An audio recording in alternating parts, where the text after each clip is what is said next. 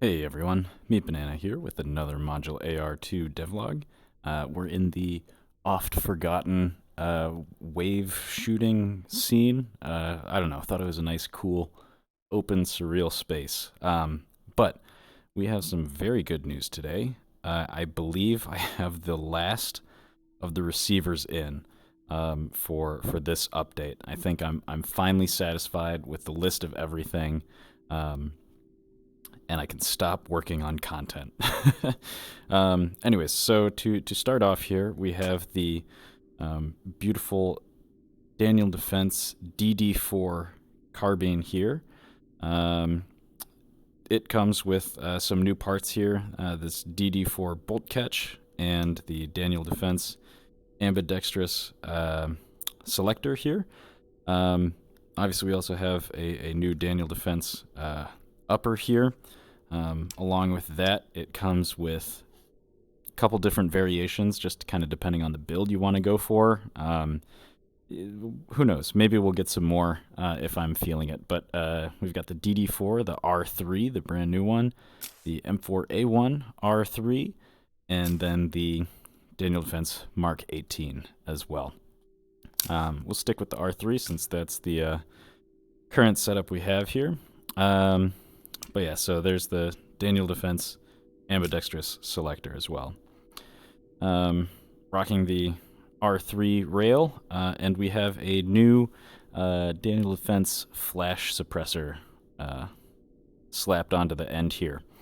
Let's see here. It also comes with a new end plate here. Just kind of has a different profile to it.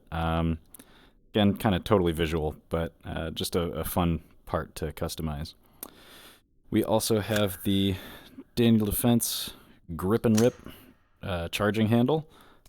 That's a pretty comprehensive overview of this receiver. It is what it is, but it is also an ambidextrous lower as well, so we can hit that button there or use our main hand like I was showing off in the last devlog.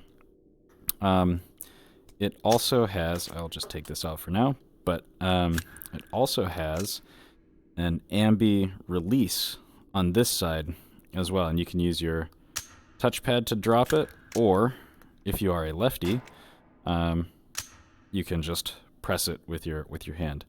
For lefties out there, this is probably the receiver you're going to want to go with, just because the interaction zone of this this bolt release is quite generous compared to the other ones. At least me personally, with these gigantic Windows mixed reality controllers, this is very easy to hit without knocking my controllers together. So that's the DD4. I'm going to spin around here to our other brand new ambidextrous lower. Another personal wish list item of mine, the American Defense Manufacturing UIC U15 Mod 2. I love the look of this receiver. These kind of machining patterns just look super cool. And yeah, just a big fan. This is also an ambidextrous ambidextrous lower, so it's got this kind of PDQ type bolt release on the side. Just due to the nature of how this bolt release works, this bolt catch is not an option for other receivers. And it also has the release button action that I spent quite a bit of time working on. I will, just to show you guys, rip the upper off of this and kind of show you how this release lever works.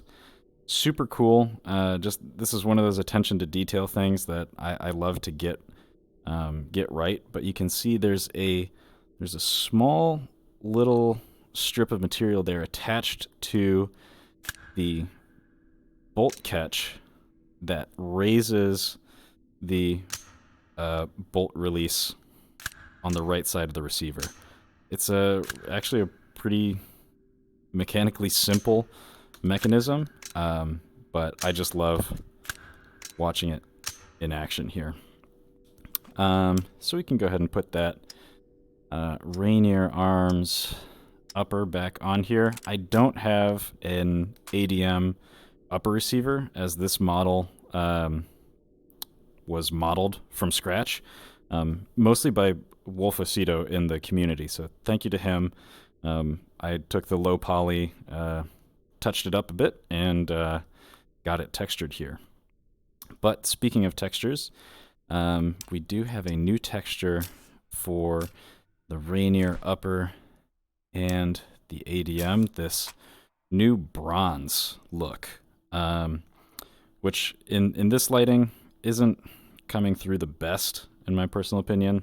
Some of those brighter outdoor scenes bring this one to life. But we also have the full suite of gray, olive drab. This is a slightly more metallic olive drab, so that can be a cool one for some builds. FDE, as always, and black.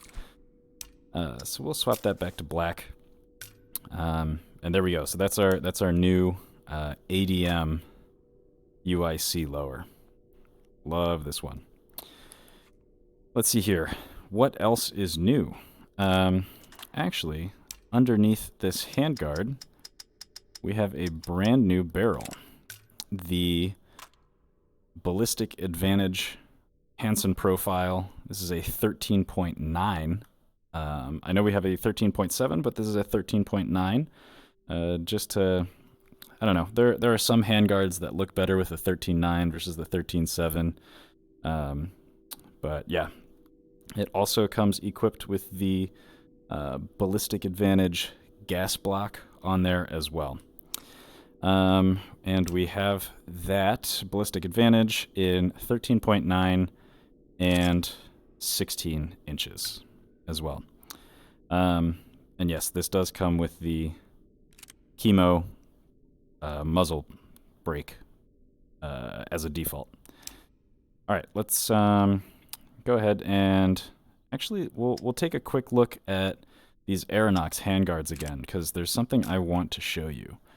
If we jump over to the Tools and Toys backpack, and if you have any hand or player character model mod installed, we'll just use the Destiny 2 hands and get those equipped. I am working on adjusting hand positioning based on handguard length. So I think there's no better set of handguards to show this off than the Aeronox ones, which very clearly have this like cutout for a C clamp. So if I grab it here, my hand is located right on that relief. And then let's jump up to the 15.8 inch. My hand is now all the way out here. It's perhaps a little bit ridiculous, but you know, I'm just going with what Aeronox's design language is telling me to do. And then if we also go to the 4 inch, now my hand jumps down here to the bottom. This requires a little bit of work. I have to go through all of my handguards again now to set these positions, but handguards are kind of like the final piece of the puzzle in terms of content for the actual guns themselves. I still have magazines to do. What else is new? But yes, these handguards and hand positions are something I'm actually really happy to get working. And for those of you who do use player model mods, this should add a degree of extra realism to your experience. But let's see here. Let's jump that back out to like BCM 13 or BCM 15. Yeah, we'll do that. Anyways, I also brought out the Radian Model 1 again because I forgot to go over some of the other parts that were added to it. We do have an updated model for the Radian Talon selector, where it has a long lever on the left side and a short lever on the right-hand side. That's one update. We also now have the Radian Vertex trigger. This one has a nice kind of clean, lighter weight trigger brake to it. Oh, it's on safe, that's why. Bam. It's probably about like halfway through your trigger pull is when it breaks. And then it resets probably about a third of the way back towards the front. So I quite like it. It's a nice trigger. But let's... Oh, nope. I mentioned earlier this doesn't accept other folks or other receivers' bolt catches, but we do have... We do also have the... or we should have... Huh, okay, well, maybe it's not in. I messed up the data on that one. But this Radian bolt catch will be available for other receivers. Just not interchangeable on this one. The model is a little bit too proprietary to accept other bolt catches and still look good. So, not worried about that one, but I'll get that fixed up for the next devlog. Otherwise, I think that's all of the... It's not all of the parts that I missed. There is a couple new... There's another new trigger, the Geissele Super Semi-Auto. This is just another kind of mil-spec profile, but it's got the Geissele G, so it's automatically $9,000 more expensive trigger. And it's a pretty nice one, especially for semi-auto receivers, as it says by the name. Let's see here. I think that was the only other new part that I missed from last week. Otherwise, that's it for this week. Next week, hopefully, we'll see more handguard icons. And I'm not sure, actually, what other content we'll have ready for next week, but we'll see where time takes us. That's all for now. Take care.